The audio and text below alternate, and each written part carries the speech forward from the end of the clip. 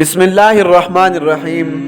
نحمدہ ونصلی علی رسولہ الکریم اما بعد۔ عزیز سامعین، آج میں آپ کو بتاؤں گا کہ رسول اللہ صلی اللہ علیہ وسلم پر وحی کیسے نازل ہوئی۔ حضرت صدیقہ عائشہ طیبہ طاہرہ رضی اللہ عنہا سے روایت ہے، فرماتی ہے کہ ایک مرتبہ حضور پاک علیہ السلام کی خدمت میں ایک شخص حاضر ہوا اور اس شخص نے یہ پوچھا کہ یا رسول اللہ،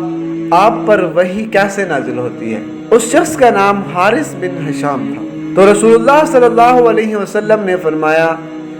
کہ جب مجھ پر وحی نازل ہوتی ہے تو بعض اوقات مجھے گھنٹی کی سی آواز محسوس ہوتی ہے اور مجھ پر یہ کیفیت بہت شاق گزرتی ہے۔ جب یہ کیفیت ختم ہوتی ہے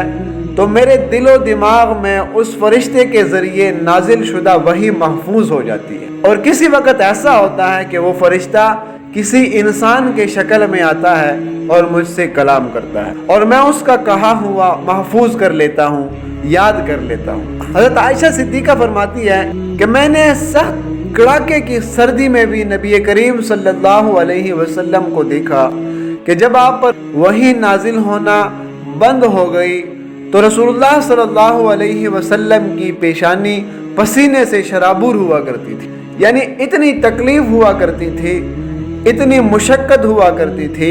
کہ جب رسول اللہ صلی اللہ علیہ وسلم پر سردی کی حالت میں وحی نازل ہوتی